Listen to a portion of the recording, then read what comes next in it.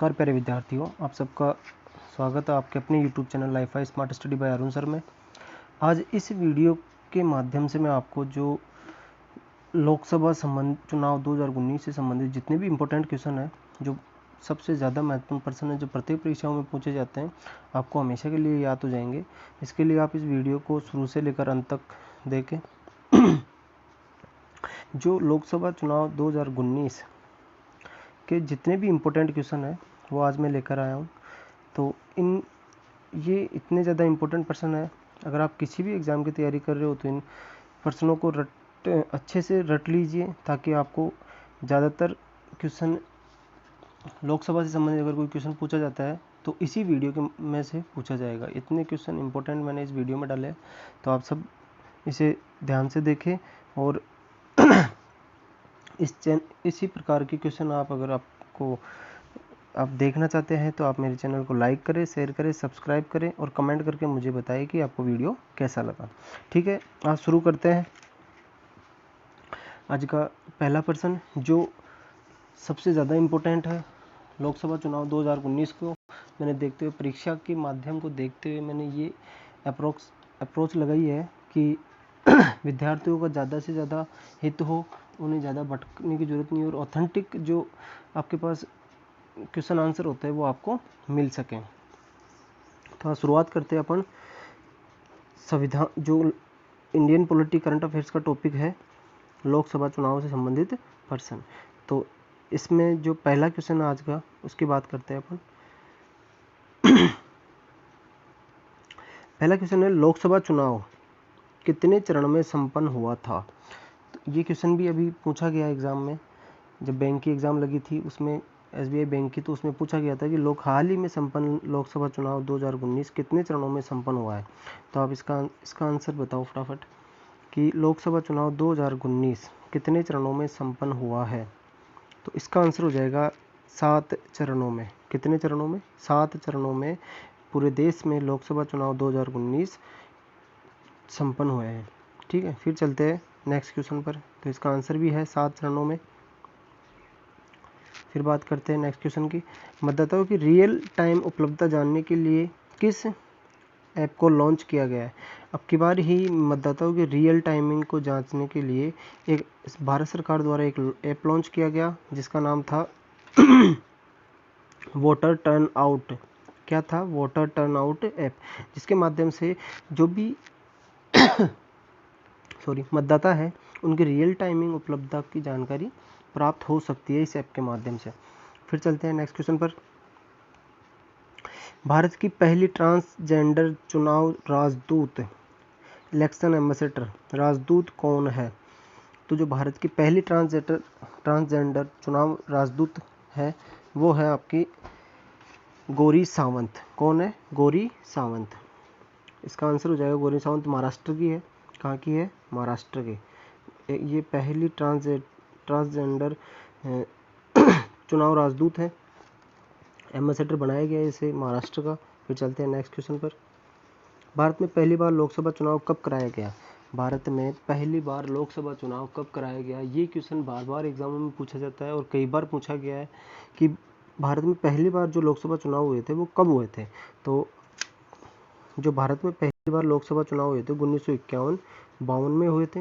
आप इसको अच्छे से याद रखो, ये वो इम्पोर्टेंट क्वेश्चन है जो लोकसभा से संबंधित प्रत्येक एग्जाम में पूछे जाते हैं। ठीक है, फिर चलते हैं नेक्स्ट क्वेश्चन पर। लोकसभा चुनाव 2019 के साथ ही निम्न में से किस राज्य में विधानसभा चुनाव भी कराए गए थे? किस राज्य में विधानसभा चुनाव भी कराए गए थे? तो आंध्र प्रदेश, अरुणाचल प्रदेश, सिक्किम, ये 3 ऐसे राज्य थे जिनमें लोकसभा चुनाव के साथ साथ इनमें भी विधानसभा चुनाव संपन्न कराए गए थे। तो इसका आंसर क्या हो जाएगा? उपरोक्त सभी। आंध्र प्रदेश, अरुणाचल प्रदेश, सिक्किम और उपरोक्त सभी। तो इसका आंसर क्या हो गया? उपरोक्त सभी। फिर चलते हैं नेक्स्ट क्वेश्चन पर। लोकसभा सीटों की अधिकतम संख्या कितनी हो सकती है? ये इंपॉर्टेंट क्वेश्चन है, कई बार एग्जाम में पूछा गया है कि लोकसभा सीटों की अधिकतम संख्या कितनी होती है। तो लोकसभा जो अधिकतम सीटों की संख्या होती है वो 552 हो सकती है। कितनी हो सकती है? 552। पर वर्तमान में कितनी है? 545 है। कितनी है? 545। जिनका बंटवारा 545 में से 13 प्लस 2 प्लस 528 करके इनका बंटवारा किया गया है। तो आपको याद रखना है कि लोकसभा में अधिकतम सीटें कितनी हो सकती है, 552। ठीक है, फिर चलते हैं नेक्स्ट क्वेश्चन पर। सर्वाधिक लोकसभा सीटों वाला राज्य कौन सा है? सर्वाधिक लोकसभा सीटों वाला राज्य कौन सा है? तो सर्वाधिक जो लोकसभा सीटें हैं वो किस राज्य में है? तो आपके उत्तर प्रदेश में है। ठीक है, फिर चलते हैं नेक्स्ट क्वेश्चन पर। किस राज्य सरकार ने दिव्यांग जनों के लिए मतदान को सुलभ बनाने के लिए अंजोरी पहल शुरू की है? किस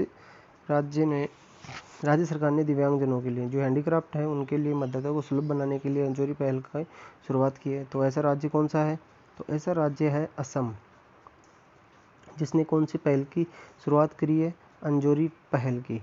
तो आपको पूछा जा सकता है अंजोरी पहल किससे संबंधित है? तो आपको याद रखना है दिव्यांगजनों के मतदान को सुलभ बनाने हेतु अंजोरी पहल की शुरुआत की गई है। फिर चलते हैं नेक्स्ट क्वेश्चन पर। जम्मू कश्मीर में लोकसभा चुनाव 2019 के लिए ब्रांड एम्बेसडर किसे बनाया गया है? तो जम्मू कश्मीर में जब जो लोकसभा चुनाव हुए थे 2019 को, उसके लिए जो ब्रांड एम्बेसडर बनाया गया था वो किसे बनाया गया था? तो वहाँ जो एम्बेसडर बनाया गया था वो था सना दुआ को। किसे बनाया गया था? सना दुआ को। ये इंपॉर्टेंट क्वेश्चन है क्योंकि अभी हाल ही में जम्मू कश्मीर में धारा 370 को हटाया गया है, तो आपको याद रखना है सना दुआ इसका आंसर हो जाएगा। फिर चलते हैं नेक्स्ट क्वेश्चन पर। किस राज्य सरकार ने डिजिटल चुनावी साक्षरता को बढ़ाने के लिए आई हेल्प पहल की शुरुआत की है? ये इंपॉर्टेंट क्वेश्चन है। आई हेल्प पहल की शुरुआत किस राज्य ने करी है? डिजिटल चुनावी मतदाता जो आपकी बार जो डिजिटल चुनाव हुए थे, डिजिटल साक्षरता को बढ़ावा देने के लिए आई हेल्प की शुरुआत किस राज्य ने की है? तो इसका आंसर हो जाएगा असम ने। कौन से राज्य ने करी है? असम ने। इसको याद रखना है, आई पहल की शुरुआत कौन से राज्य ने करी है? असम ने। फिर चलते हैं नेक्स्ट क्वेश्चन पर।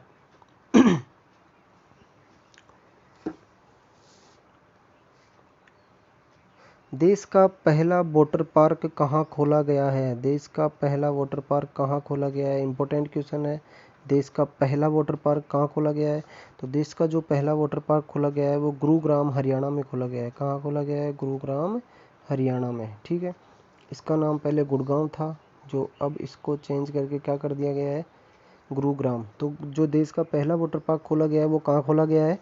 गुरुग्राम हरियाणा में। फिर चलते हैं नेक्स्ट क्वेश्चन की तरफ। भारत में सर्वप्रथम ईवीएम का उपयोग किस राज्य में किया गया था? तो भारत में जो ईवीएम का उपयोग था वो सबसे पहले किस राज्य में किया गया था?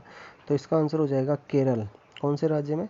केरल राज्य में भारत का सर्वप्रथम ईवीएम का उपयोग किया गया था। ईवीएम मशीन द्वारा वोटिंग कराई गई थी। वो कौन सा राज्य था? केरल। इंपॉर्टेंट क्वेश्चन है।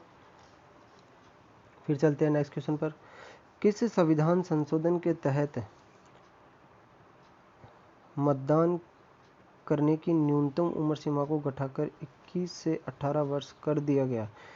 तो 21 से 18 वर्ष कर दिया गया, ऐसा कौन सा संविधान संशोधन था? तो 61वें संविधान संशोधन के द्वारा मतदाता की उम्र को 21 वर्ष से घटाकर कितनी कर दिया गया? 18 वर्ष। तो ये भी इंपॉर्टेंट क्वेश्चन है, कई बार पूछा गया है। इसका आंसर क्या हो जाएगा? 61वें संविधान संशोधन द्वारा 21 वर्ष से घटाकर 18 वर्ष कर दिया गया। फिर चलते हैं नेक्स्ट क्वेश्चन पर।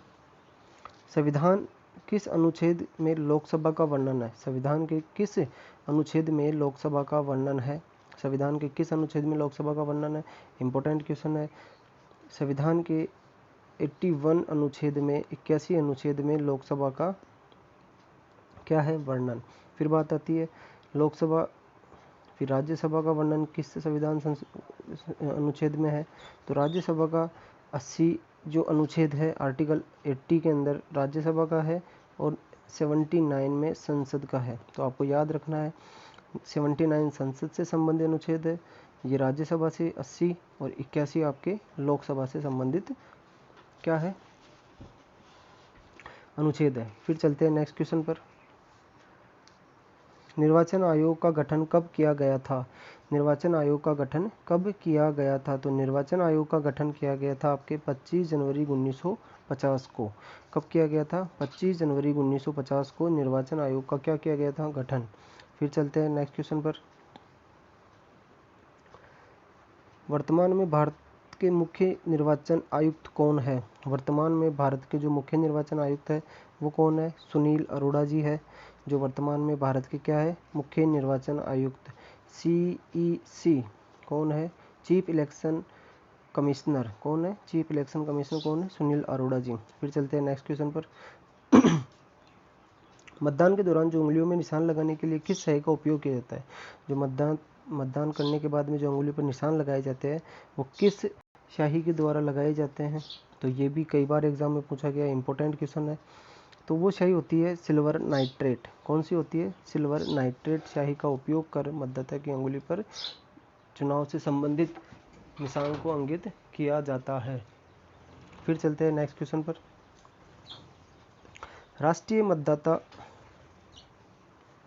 दिवस 2019 की थीम क्या है? राष्ट्रीय मतदाता दिवस 2019 की थीम क्या है?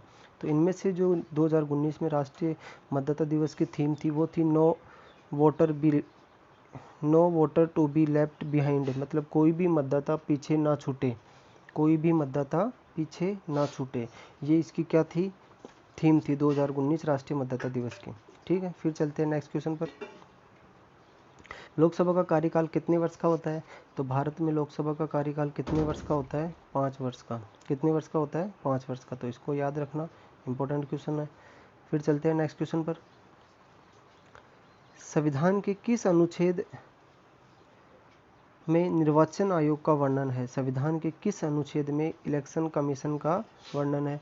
तो ऐसा कौन सा अनुच्छेद है जिसमें निर्वाचन आयोग का वर्णन किया गया है? तो वो अनुच्छेद है 324। कौन सा अनुच्छेद है? 324 के तहत निर्वाचन आयोग का क्या किया गया है? वर्णन किया गया है। फिर चलते हैं नेक्स्ट क्वेश्चन पर।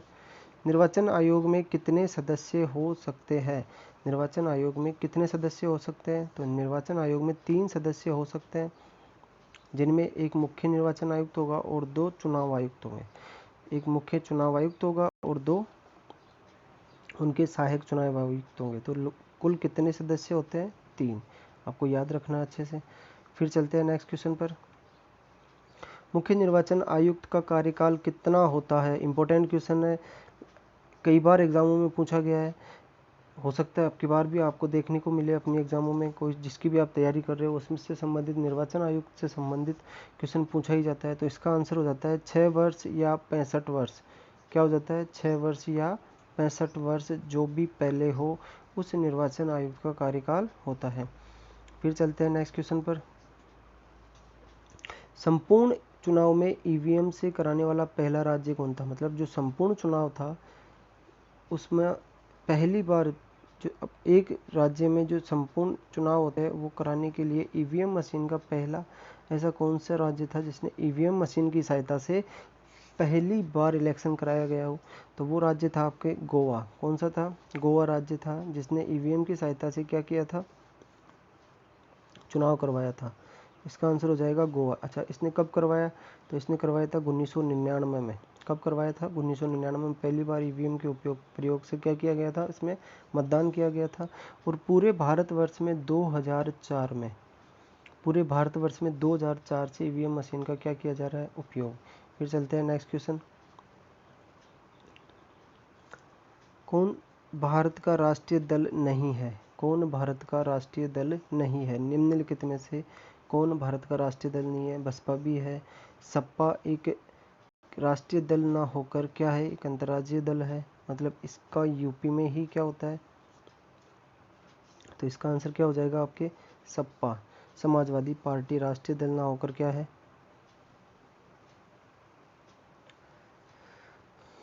फिर बात करते हैं लोकसभा में कितने सदस्यों को राष्ट्रपति द्वारा मनोनीत किया जा सकता है? तो लोकसभा में राष्ट्रपति द्वारा कितने सदस्यों को मनोनीत किया जा सकता है? 2 सदस्यों को। कितने सदस्यों को? 2 सदस्य राष्ट्रपति द्वारा मनोनीत किए जा सकते हैं। इनमें 2 सदस्य वही होते हैं जो एंग्लो इंडियन होते हैं। कौन होते हैं? Anglo Indian. उन्हीं को राष्ट्रपति क्या करता है? लोकसभा के लिए मनोनीत करता है। फिर चलते हैं नेक्स्ट क्वेश्चन पर। मतदान करने की न्यूनतम आयु निर्धारित की गई है। तो मतदान करने के लिए 61वें संविधान संशोधन के तहत 21 वर्ष से घटाकर जो न्यूनतम आयु निर्धारित की गई है वो है आपकी 18 वर्ष। कितनी वर्ष है? 18 वर्ष। तो इसका आंसर क्या हो जाएगा? 18 वर्ष। फिर चलते हैं नेक्स्ट क्वेश्चन पर। लोकसभा सदस्यों की न्यूनतम आयु कितनी होती है? लोकसभा सदस्यों की न्यूनतम आयु कितनी होनी चाहिए? तो लोकसभा सदस्य के लिए न्यूनतम आयु होनी चाहिए 25 वर्ष। कितनी होनी चाहिए? जो भी व्यक्ति 25 वर्ष की उम्र पार कर चुका है या 25 वर्ष की उम्र अर्जित कर चुका है वह क्या कर सकता है? लोकसभा से संबंधित चुनाव को इलेक्ट कर सकता है, लड़ सकता है चुनाव। ठीक है, तो इसका आंसर क्या हो जाएगा? 25 वर्ष।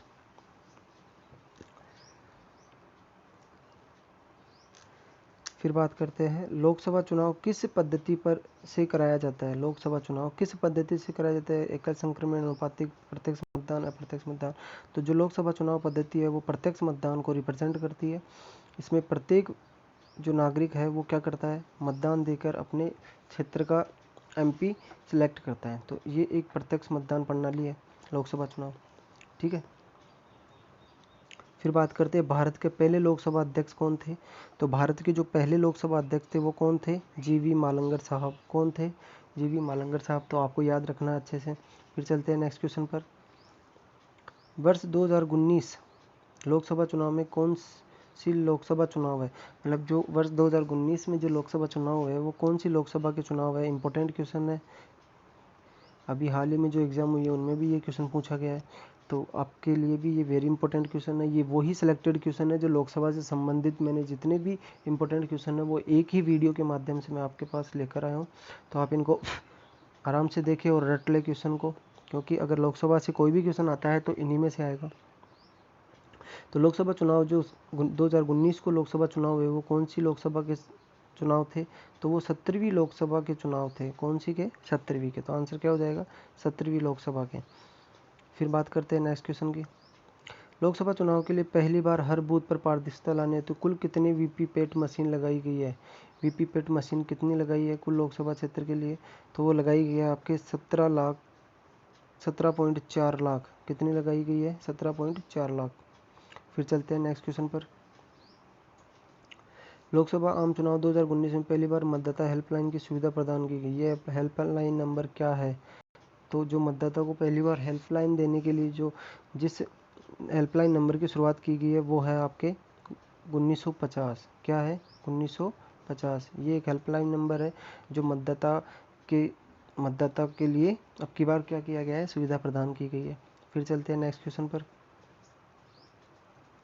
लोकसभा चुनाव में पहली बार EVM में शामिल होने वाली नई सुविधा कौन सी है? पार्टी का फोटो, सांसद का नाम, उम्मीदवार की उम्र, उम्मीदवार का फोटो। उम्मीदवार का फोटो अब की बार क्या किया गया है? EVM मशीन के लिए सुविधा प्रदान की गई है। ठीक है, तो इसका आंसर क्या हो जाएगा? उम्मीदवार की फोटो। फिर चलते हैं नेक्स्ट क्वेश्चन पर। लोकसभा चुनाव में कितने प्रकार के पहचान पत्र वोट के लिए बाध्य है? तो लोकसभा चुनाव में कितने प्रकार के पहचान पत्र आप आइडेंटिफाई कर सकते हो कि इतने प्रकार के लोग वो है, आप इनको ले जाकर आप अपना वोट कास्ट कर सकते हो। तो वो 12 प्रकार के आपके आइडेंटिटी कार्ड है जिनको आप ले जाकर क्या कर सकते हो? वोट दे सकते हो। फिर चलते हैं नेक्स्ट क्वेश्चन पर। 1952 में प्रथम लोकसभा आम चुनाव में कुल कितने करोड़ मतदाता पंजीकृत थे? तो जो 1952 का जो पहला आम चुनाव हुआ था 1951-52 में,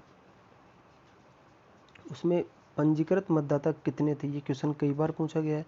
तो उसमें जो पंजीकृत मतदाता थे वो थे 17.3 करोड़। कितने थे? 17.3 करोड़ रजिस्टर्ड मतदाता थे जिनको 2000 जो पहली लोकसभा चुनाव हुए थे उनमें वोट कास्ट किया था। फिर चलते हैं नेक्स्ट क्वेश्चन पर।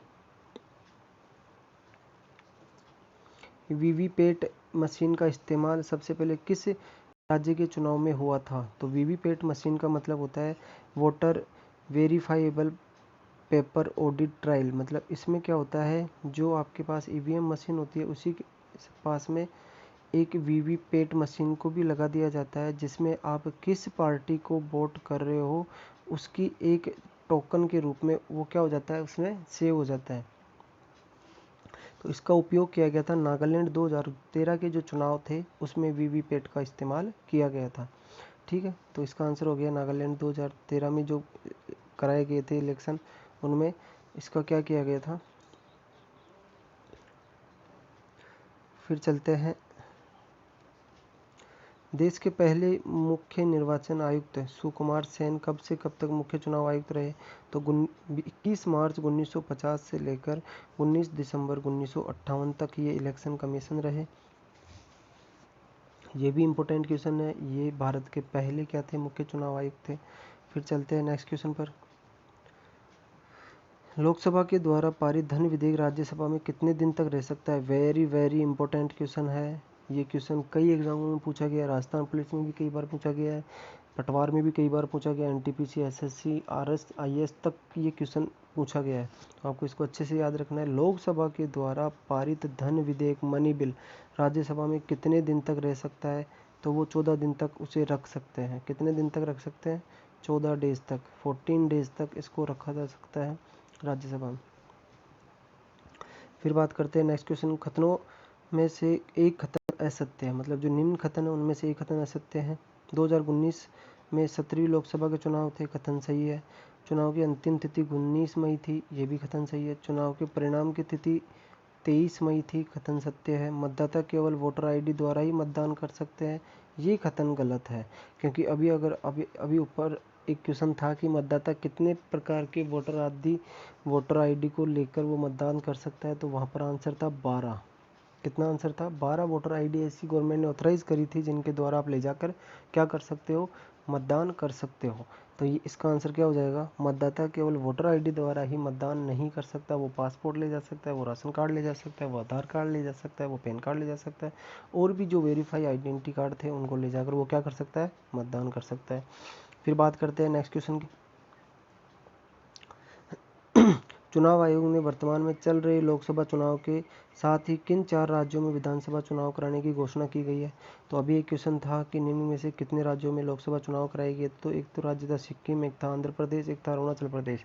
अरुणाचल प्रदेश के साथ साथ ही उड़ीसा में भी क्या किया गया था, जो लोकसभा चुनाव थे उन्हीं के साथ साथ विधानसभा चुनाव करने की घोषणा भी करी गई थी। तो इसका आंसर क्या हो जाएगा, उड़ीसा, ए ऑप्शन। फिर चलते हैं नेक्स्ट क्वेश्चन पर, भारत में राष्ट्रीय मतदाता दिवस कब मनाया जाता है। भारत में जो राष्ट्रीय मतदाता दिवस है कब मनाया जाता है, तो वो प्रति वर्ष 25 जनवरी को राष्ट्रीय मतदाता दिवस के रूप में मनाया जाता है, नेशनल वोटर डे के रूप में 25 जनवरी को मनाया जाता है। फिर चलते हैं नेक्स्ट क्वेश्चन पर, लोकसभा का अध्यक्ष अपना त्यागपत्र किसे सौंपता है। तो लोकसभा का जो अध्यक्ष, इंपॉर्टेंट क्वेश्चन है, जो लोकसभा का अध्यक्ष है वो अपना त्यागपत्र किसे सौंपता है, तो जो लोकसभा का ही उपाध्यक्ष होता है, जो लोकसभा का ही उपाध्यक्ष होता है उसे लोकसभा का अध्यक्ष अपना त्यागपत्र सौंप सकता है। ठीक है, तो इसका आंसर क्या हो गया, लोकसभा का उपाध्यक्ष। फिर चलते हैं नेक्स्ट क्वेश्चन पर,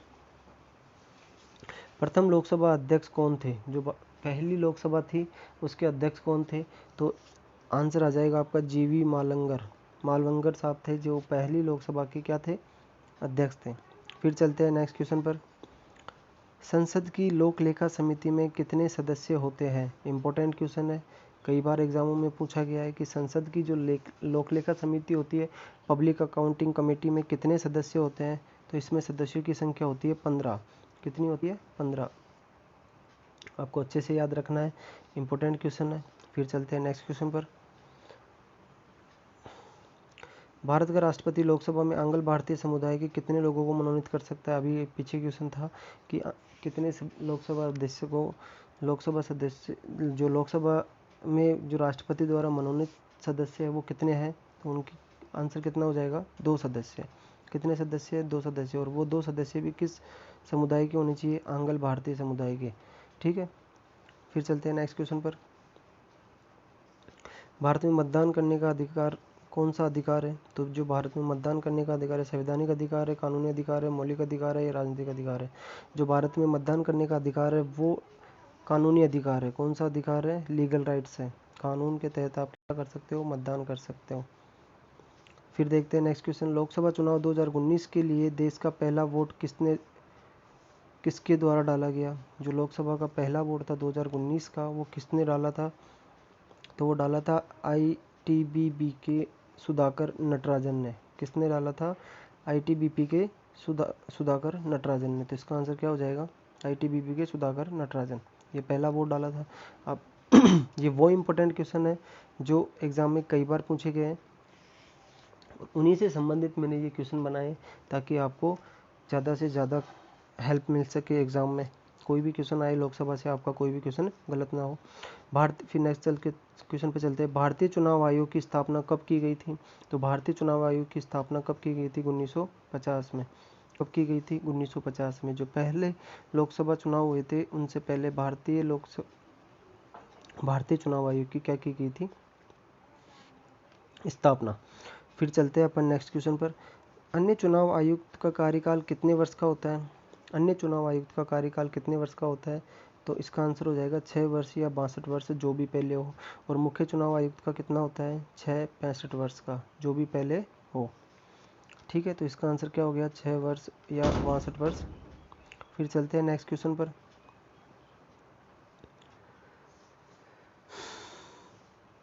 भारतीय संविधान के किस अनुच्छेद में निर्वाचन आयोग का प्रावधान है? भारतीय संविधान के किस अनुच्छेद में निर्वाचन आयोग का प्रावधान है? तो भारत का जो संविधान अनुच्छेद है 324, उसमें तो क्या है? निर्वाचन आयोग। और 324 से लेकर 329 तक निर्वाचन आयोग व उससे संबंधित शर्तों का क्या है? प्रावधान है। तो इसका आंसर क्या हो जाएगा? Option B. फिर चलते हैं नेक्स्ट क्वेश्चन पर। भारतीय संविधान के किस भाग में निर्वाचन आयोग का प्रावधान है? भारतीय संविधान के किस भाग में निर्वाचन आयोग का प्रावधान है? अगर आपसे मैं पूछूं कि भारतीय संविधान में कुल कितने भाग हैं, तो आंसर क्या आएगा? तो भारतीय संविधान में कुल 22 भाग है, जिनमें निर्वाचन आयोग किस भाग में प्रावधान है निर्वाचन आयोग का? तो भाग 15 में निर्वाचन आयोग का क्या है? प्रावधान है। फिर चलते हैं नेक्स्ट क्वेश्चन पर। भारत में पहली बार महिलाओं को मताधिकार कब प्राप्त हुआ? तो भारत में पहली बार मताधिकार प्राप्त हुआ था वो 1926 में हुआ था। कब हुआ था? 1926 में। फिर चलते हैं नेक्स्ट क्वेश्चन पर। चुनाव के समय किसी चुनाव क्षेत्र में चुनाव प्रसार कब बंद करना होता है? इंपॉर्टेंट क्वेश्चन है। किसी भी चुनाव क्षेत्र में जब चुनाव प्रसार बंद करना होता है, इलेक्शन का कंपेनिंग, वो कब बंद कर सकते हैं? तो वो चुनाव के 48 घंटे पूर्व उसको बंद करना जरूरी होता है। ठीक है, तो इसका आंसर क्या हो गया? 48 घंटे पूर्व। फिर बात करते हैं अपन, मुख्य चुनाव आयुक्त का वेतन निम्न में से किसके बराबर होता है? मुख्य चुनाव आयुक्त का वेतन निम्न में से किसके बराबर होता है? तो मुख्य चुनाव आयुक्त का वेतन होता है सर्वोच्च न्यायालय के न्यायाधीश के बराबर। किसके बराबर होता है? जो सर्वोच्च न्यायालय का न्यायाधीश है, जो भारत का मुख्य सर्वोच्च न्यायालय है, उसकी जो न्यायाधीश है उनके बराबर होता है। ठीक है, तो फिर चलते हैं नेक्स्ट क्वेश्चन पर। मुख्य चुनाव आयुक्त की नियुक्ति किसके द्वारा की जाती है? जो मुख्य चुनाव आयुक्त होता है उसकी नियुक्ति किसके द्वारा की जाती है? तो उसकी नियुक्ति की जाती है राष्ट्रपति के द्वारा। किसके द्वारा? प्रेसिडेंट ऑफ इंडिया के द्वारा की जाती है। तो ये क्वेश्चन भी इम्पोर्टेंट है। नियुक्ति के जितने भी क्वेश्चन है वो सारे इम्पोर्टेंट है। फिर देखो, वर्तमान में मुख्य चुनाव आयुक्त का वेतन कितना मिलता है? मतलब जो वर्तमान में जो मुख्य चुनाव आयुक्त होता है अपना election commission, chief election commissioner, उसका जो वेतन है वो कितना है? तो वर्तमान में जो उसका वेतन है वो है 2,25,000 रुपये पर मंथ। कितना मिलता है? 2,25,000 रुपये पर मंथ के हिसाब से उसे वेतन दिया जाता है। फिर देखते हैं next question. EVM electronic voting machine से पूरा चुनाव कराने वाला भारत का पहला राज्य कौन सा था? तो ईवीएम के मतलब ईवीएम मशीन से जो चुनाव कराने वाला भारत का पहला राज्य था वो था आपके गोवा। कौन सा था? गोवा। ठीक है, फिर चलते हैं नेक्स्ट क्वेश्चन पर। भारत के प्रधानमंत्री का चुनाव किस प्रकार का चुनाव है? तो जो भारत का प्रधानमंत्री का चुनाव है वो किस प्रकार का है? अप्रत्यक्ष निर्वाचन पद्धति के द्वारा क्या चुना जाता है? प्रधानमंत्री। जो बहुमत दल का नेता होता है, जो बहुमत दल का नेता होता है उसे सर्वसम्मति से क्या कर दिया जाता है? प्रधानमंत्री बना दिया जाता है। तो इसका आंसर क्या हो जाएगा? अप्रत्यक्ष निर्वाचन के द्वारा। फिर बात करते हैं ईवीएम मशीन का प्रयोग भारतीय चुनाव में सर्वप्रथम कब हुआ? तो ईवीएम मशीन का जो भारतीय चुनाव में प्रयोग हुआ था वो कब हुआ था? 1998। 1998-99 के जो वो हुए थे इलेक्शन, उनमें इसका पहली बार उपयोग किया गया था। फिर बात करते हैं नेक्स्ट क्वेश्चन की। लोकसभा में विपक्ष का नेता होने के लिए पार्टी में कितने सांसद होने चाहिए? तो लोकसभा में विपक्ष का नेता होने के लिए पार्टी में कुल कितने सांसद होने चाहिए? तो वर्तमान में जो लोकसभा की अधिकतम सीटें होती है वो कितनी होती है? 552। और 552 का 10% 55 सीटें कम से कम उसे प्राप्त होना अनिवार्य है। 552 का 10% मतलब 55 सीटें उसे मिलना ज़रूरी है, तब जाकर वो बहुमत दल का नेता होगा। ठीक है, तो इसका आंसर हो जाएगा 55 सीट 10%। तो ये थे अपने 61 क्वेश्चन जो इम्पोर्टेंट थे लोकसभा से संबंधित। ऐसे ही मैं आपके लिए और भी वीडियो लाता रहूँगा, आप इन्हें देखते रहिए ताकि विद्यार्थी हित में ज़्यादा से ज़्यादा लाभ हो सके। कोई सा भी एग्ज़ाम दो, आपका कोई करंट अफेयर का कोई क्वेश्चन नहीं गलत हो। अब जो आगामी वीडियो आएगा मैं लाऊंगा आपके लिए पॉलिटिकल का, जिसमें जितने भी ही संविधान सभा से संबंधित जितने भी क्वेश्चन है उन पर डिस्कशन होगा। मैं धीरे धीरे आपके लिए political, economics, current affair, Rajasthan current affair, जो भी योजनाएं, महत्वपूर्ण योजनाएं भारत से संबंधित, राजस्थान से संबंधित, उन सब पर अपनी चर्चाएं करेंगे। तो धीरे धीरे अपन इनको आगे बढ़ाएंगे। तो आप उन सब वीडियो को निरंतर रूप से देखने के लिए इस Li-Fi smart study bye Arun sir को लाइक करें, शेयर करें और कमेंट करके मुझे ज़रूर बताएं। ठीक है, ऑल द बेस्ट, मिलते हैं नेक्स्ट वीडियो में। Thank you so much.